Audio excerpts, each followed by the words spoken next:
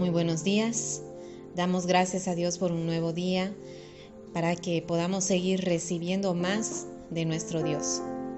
Hoy continuamos con la lectura en el libro de Tito, capítulo 2.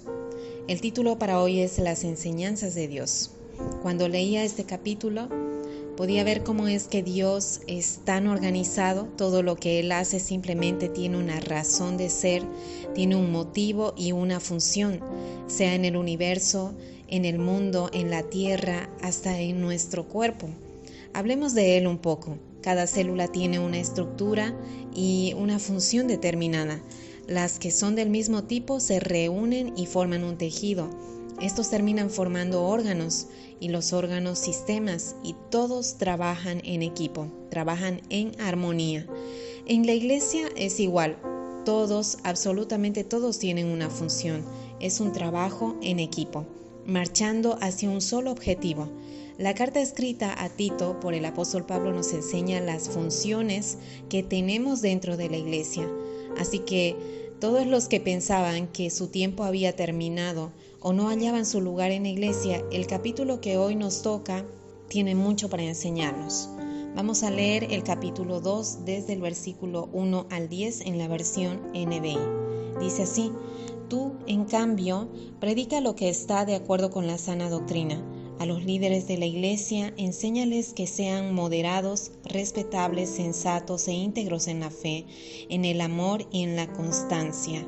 A las ancianas, enséñales que sean reverentes en su conducta y no calumniadoras, ni adictas al mucho vino. Deben enseñar lo bueno y aconsejar a las jóvenes a amar a sus esposos y a sus hijos, a ser sensatas y puras, cuidadosas del hogar, bondadosas y sumisas a sus esposos, para que no se hable mal de la palabra de Dios. A los jóvenes, exhórtalos a ser sensatos con tus buenas obras, dales tú mismo ejemplo en todo. Cuando enseñes, hazlo con integridad y seriedad y con un mensaje sano e intachable. Así se avergonzará cualquiera que se oponga, pues no podrá decir nada malo de nosotros. Enseña a los esclavos a someterse en todo a sus amos, a procurar agradarles y a no ser respondones. No deben robarles, sino demostrar que son dignos de toda confianza, para que en todo hagan honor a la enseñanza de Dios, nuestro Salvador. Bueno, en esta sección vemos las funciones de los miembros de la iglesia, del pastor, de los ancianos, de las ancianas, de los esclavos.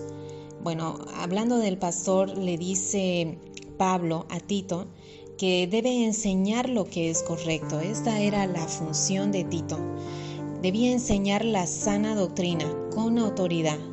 Pablo le dice a Tito que nadie te tenga en poco, porque estás enseñando la palabra de Dios, que es la verdad, y esta verdad produce un crecimiento espiritual en los creyentes. Bendice la vida de los creyentes. Entonces esta era la función que cumplía Tito como pastor de la iglesia. Pablo también habla sobre cómo debían conducirse los ancianos, y no está hablando de los líderes, sino habla de los hombres mayores de 60 años. Dice que deben ser saludables en su vida espiritual, deben ser responsables, pensar bien lo que van a hacer, deben confiar en Dios, amar a los demás y ser pacientes, deben ser ejemplo dentro de la congregación.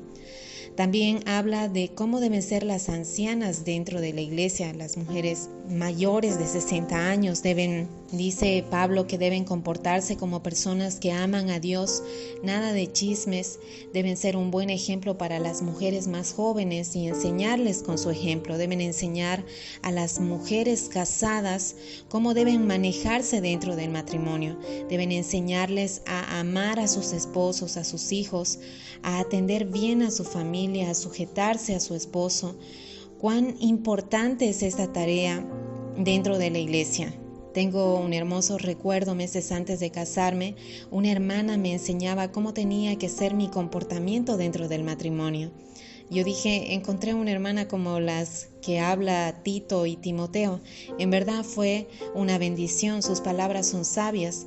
En un momento de la historia donde el feminismo cobra fuerzas, cuán refrescantes son estas enseñanzas.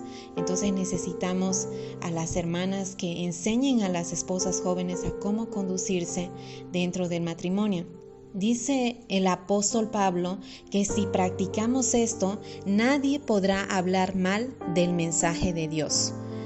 Ahora también habla sobre las jóvenes, cómo deben conducirse, sobre los jóvenes. Tito tenía la tarea de enseñar a controlar a los jóvenes sus malos deseos. Tenía que enseñarles a hacer el bien, pero antes tenía una importante tarea. Él tenía que ser ejemplo en todo, con honestidad, con seriedad, para que nadie pueda criticarle. El apóstol vuelve a resaltar esta idea. Dice, si hacen esto, los que están afuera y están en contra del evangelio sentirán vergüenza y no podrán hablar mal de nosotros. Finalmente, habló sobre cómo deben conducirse los esclavos. Claro, en este tiempo no hay esclavos, pero podríamos decir que incluye a todos los que trabajan bajo la autoridad de un jefe. Dice, obedezcan a sus jefes, sean amables, no discutan nada, no roben, sean totalmente honestos. Y una vez más hace hincapié en el por qué se debe hacer esto, por qué conducirse así, para que todos vean lo hermoso que es la enseñanza acerca de Dios nuestro Salvador, porque los de afuera necesitan ver a alguien que vive una vida santa. En otras palabras, nos enseña que nos toca producir esta clase de testimonio. Todo lo que haga el pastor, los ancianos, las ancianas, los esposos, las esposas, los jóvenes, las jovencitas, los que trabajan bajo un jefe, es para que todos vean lo hermosa que es la enseñanza de Dios nuestro Salvador. ¿Podemos ver la confianza depositada por Dios en nuestras vidas? ¿Podemos ver cuán grande es nuestra función dentro de la iglesia, dentro del cuerpo de Cristo? Nuestra manera de conducirnos no depende del jefe, no depende de la esposa, del esposo, de los jóvenes de tu alrededor, de si los hermanos de la congregación aceptan o no la enseñanza. Nuestra manera de conducirnos es independiente de todo eso, si ellos se lo merecen o no. Tiene que ver con otra manera de conducirnos respecto al mundo. Es una conducta que debe glorificar a Dios. Es lo que nos enseña la palabra de Dios. Recuerdo la noche que Cristo tenía que ser entregado, tomó la toalla y lavó los pies de sus discípulos.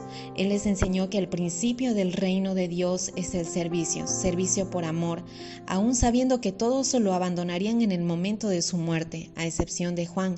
Lo que hizo Jesús, su manera de conducirse, no dependía de la gente de su alrededor, no dependía de la conducta de sus discípulos. Él lo hacía por amor. Ahora leemos desde el versículo 11 al 15. Es el corazón del capítulo. Dice, en verdad Dios ha manifestado a toda la humanidad su gracia, la cual trae salvación y nos enseña a rechazar la impiedad y las pasiones mundanas. Así podremos vivir en este mundo con dominio propio, justicia y devoción, mientras aguardamos la bendita esperanza, es decir, la gloriosa venida de nuestro gran Dios y Salvador Jesucristo. Él se entregó por nosotros para rescatarnos de toda maldad y purificar para sí un pueblo elegido dedicado a hacer el bien. Esto es lo que debes enseñar. Exhorta y reprende con toda autoridad, que nadie te menosprecie. Aquí está la razón del por qué debemos conducirnos de esta manera. Porque Él quiso morir por ti y por mí para rescatarnos de todo lo malo y para purificarnos de nuestros pecados. Al hacerlo, nos convirtió en su pueblo, en un pueblo decidido a hacer el bien, para que todos vean lo hermosa que es la enseñanza acerca de Dios nuestro Salvador y así lleguen a los pies de Cristo. Nuestra función es esta y es un desafío para mi vida y para todos nosotros. Papá, gracias por este hermoso día, por tu palabra, por enseñarnos, porque quieres el bien para nosotros. Deseas que trabajemos juntos en armonía. Ayúdanos a llevar un testimonio de vida para que todos vean cuán hermosa es la enseñanza de ti, Padre amado. En el nombre de Jesús te agradecemos por tu palabra. Amén y amén. Que Dios les bendiga abundantemente.